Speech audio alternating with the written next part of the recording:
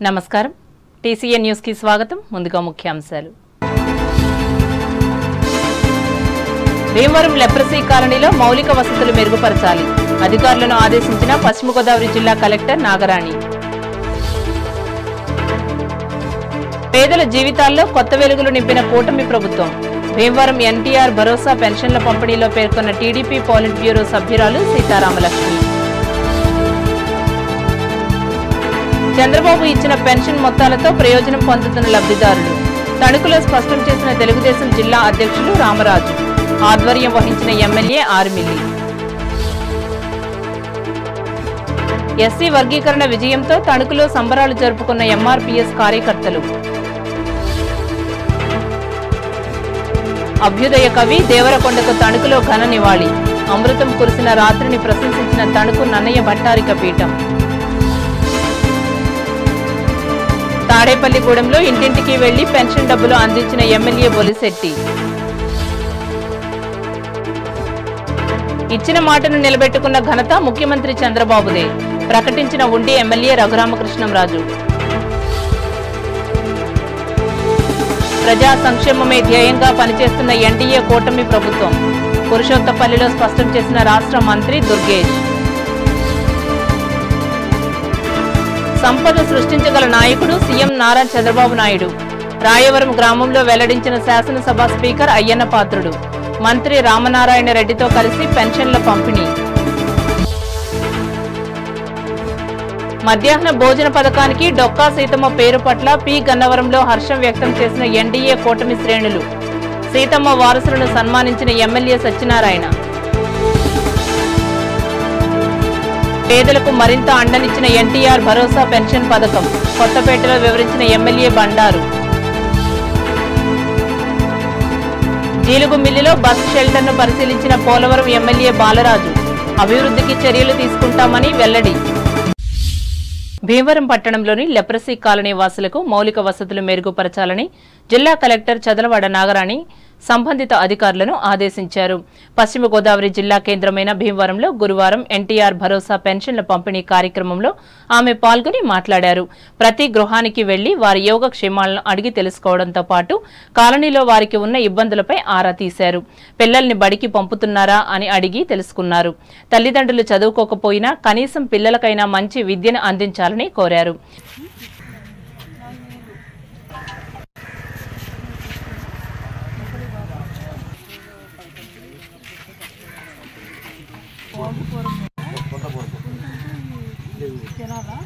ఈ కార్యక్రమంలో DRDA project director MSS Venugopal municipal commissioner M Shyamala సహాయ commissioner A Srividya APO pensions T Muralikrishna deputy tahsildar Granthi పవన్లు పాల్గొన్నారు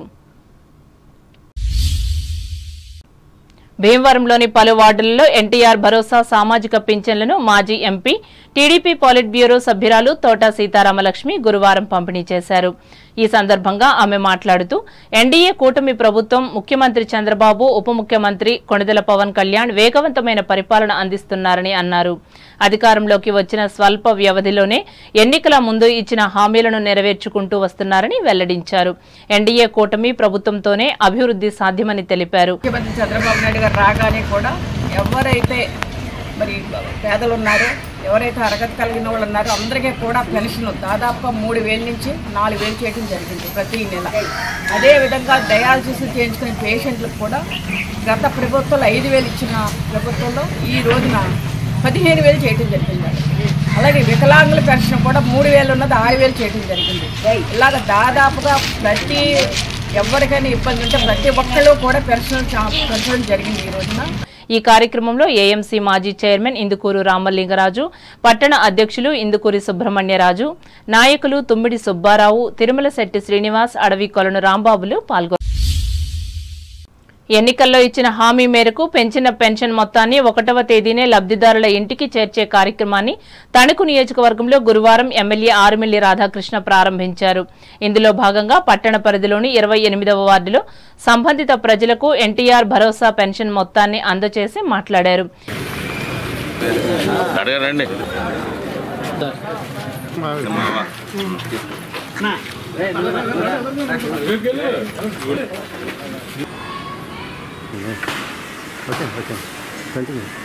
ఈ కార్యక్రమంలో తెలుగుదేశం పార్టీ జిల్లా అధ్యక్షులు మంతెన రామరాజు కూడా పాల్గొని పర్యవేక్షించారు.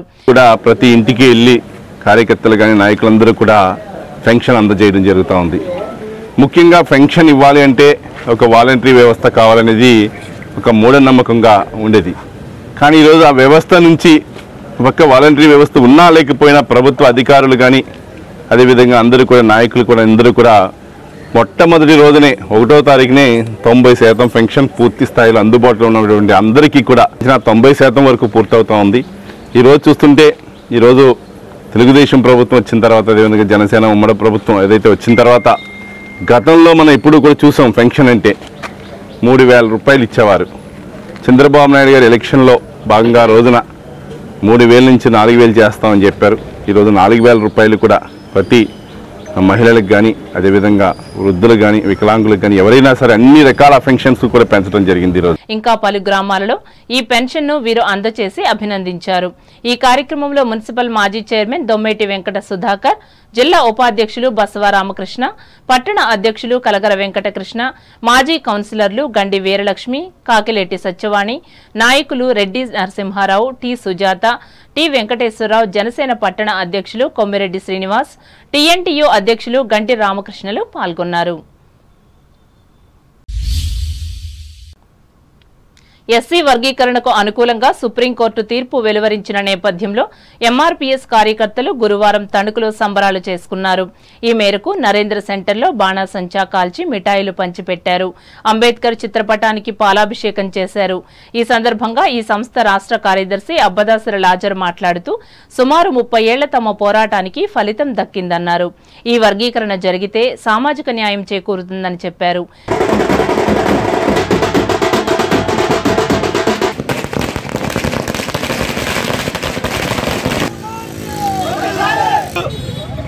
సంవత్సరాల సుదీర్ఘ పోరాటంలో అనేక ఉద్యమాలు మాన్యశ్రీ మందాకృష్ణ మాది గారి నాయకత్వంలో ఎన్నో విజయాలు సాధించడం జరిగింది.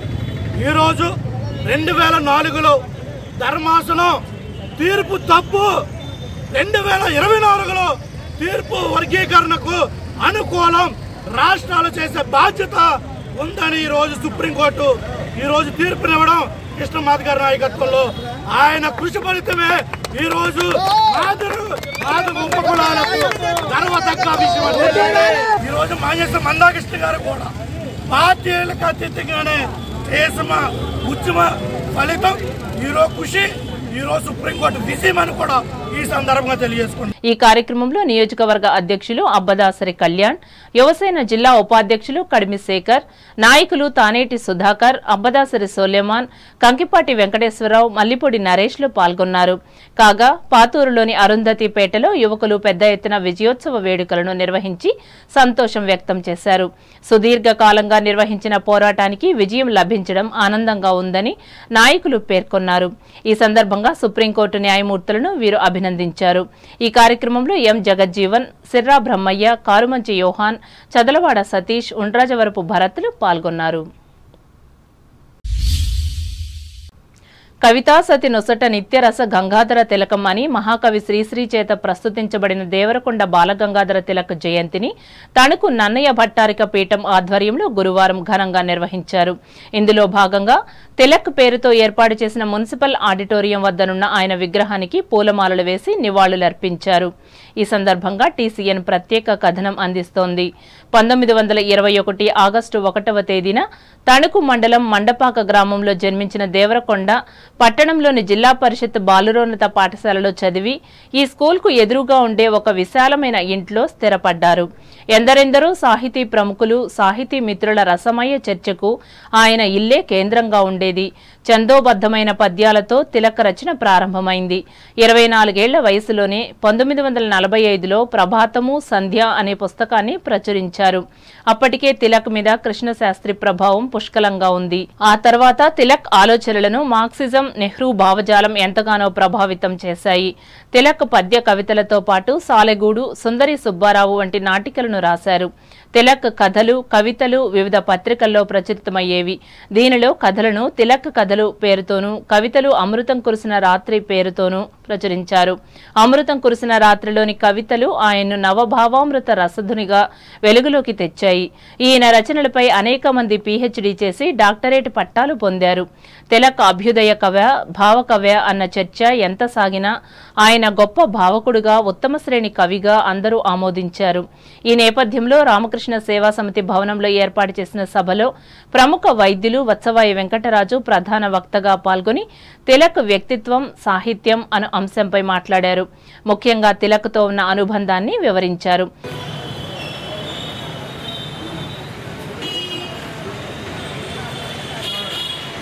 మీరు అందుకనే అయ్యండి, వెనకాల నుంచి అయ్యండి.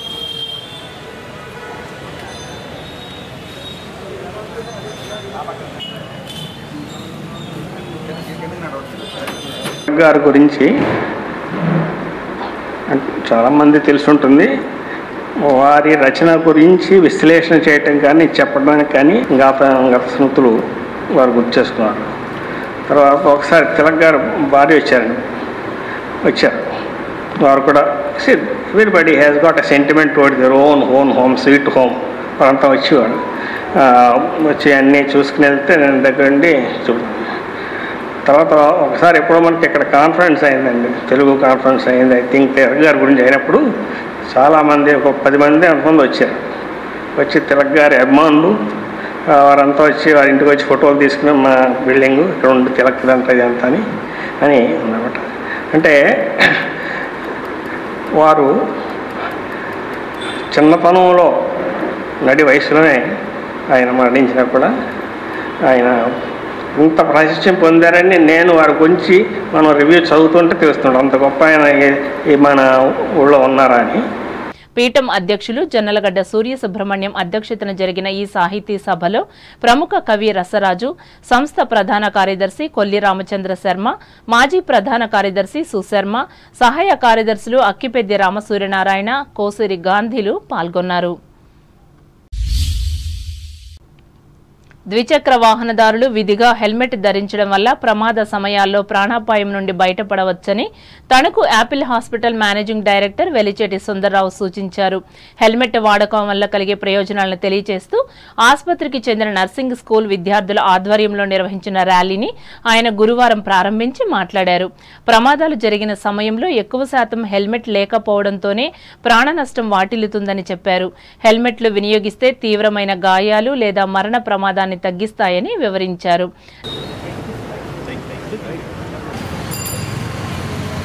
చెప్పండి, చెప్పమనండి సార్.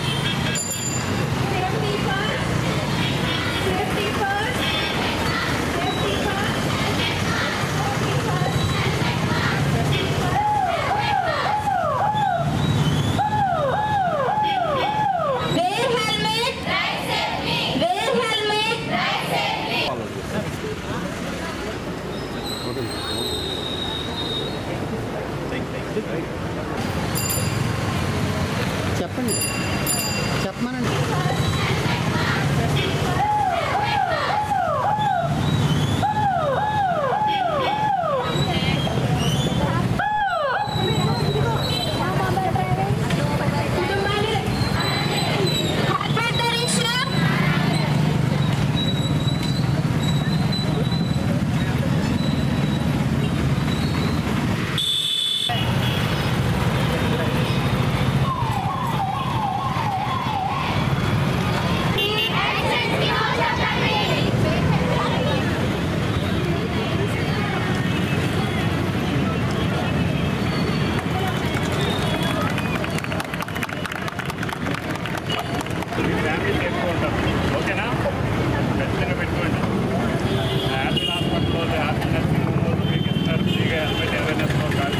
ఈ అవేర్నెస్ అన్నది చాలా ఇంపార్టెంట్ మనకి. ఎందుకంటే ప్రతి కేసులో ఏ ట్రాఫిక్ ఏ యాక్సిడెంట్కి ఏ కేసులో అయినా సరే హెడ్ ఇంజరీ అయ్యి ఆ కోమాలోకి వెళ్ళిపోయి డెత్ అవ్వటం కానీ, డిజేబిలిటీ అంటే క్రానిక్గా అలా కాళ్ళు చెయ్యి ఏదో వీక్నెస్ ఉండిపోయి అలా ఉండిపోవడం కానీ జరిగిపోతుంది. కానీ చాలామంది హెల్మెట్ పెట్టుకుంటే రికవరీ కాపాడే వాళ్ళం అని అనుకుంటారు. కానీ తర్వాత ఇక్కడే కదా, దగ్గరే కదా, ఇక్కడ నుంచి తక్కువ దూరమే కదా, 1 కిలోమీటర్ కదా, 1/2 కిలోమీటర్ కదా అని హెల్మెట్ని లేకుండా ప్రయాణం చేయడం బాగా అలవాటు అయిపోయింది. దానికి గవర్నమెంట్ కూడా పెనలైజ్ చేయడమే చాలా ఇంపార్టెంట్ అని నాకు అనిపిస్తుంది. పెనలైజ్ చేయడం అంటే ఎంతో కొంత ఫైన్ మన అందరికీ కూడా అది అలవాటు అయిపోయింది. ఫైన్స్ ఉంటే కానీ మనం దాన్ని రూల్స్ పాటించాలని అది ఇంపార్టెంట్. అది కూడా దాంతోపాటు మనకి అవేర్నెస్ సీట్ బెల్ట్ కానీ హెల్మెట్ కానీ అవేర్నెస్ ఉండటం చాలా ఇంపార్టెంట్.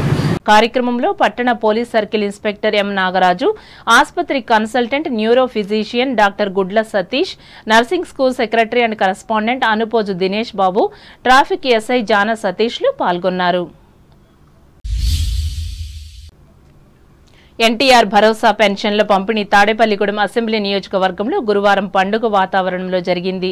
పట్టణంలోని 1వ వార్డు గణేష్ నగర్ వినాయకుడి గుడి వద్ద శాసనసభ్యులు బొలిశెట్టి శ్రీనివాస్ పెన్షన్లను పంపిణీ చేశారు. ఉదయం 6 గంటల నుంచి గ్రామ, వార్డు సచివాలయాల ఉద్యోగులు లబ్ధిదారుల ఇంటింటికి వెళ్లి 4,000 రూపాయల చొప్పున పింఛన్ డబ్బులు అందజేశారు. స్థానిక సంస్థల ప్రజాప్రతినిధులు, కూటమి పార్టీల నాయకులు, కార్యకర్తలు వారి వెంట ఉన్నారు. నియోజకవర్గ తెలుగుదేశం పార్టీ ఇన్ఛార్జ్ వలవల బాబ్జీ పలు ప్రాంతాలలో పెన్షన్లు పంపిణీ కార్యక్రమంలో పాల్గొన్నారు. వాలంటీర్లు లేకుండానే గత 2 నెలలుగా పెన్షన్లు పంపిణీ చేసి చూపించామని ఈ సందర్భంగా ఎమ్మెల్యే బొలిశెట్టి మాట్లాడుతూ అన్నారు.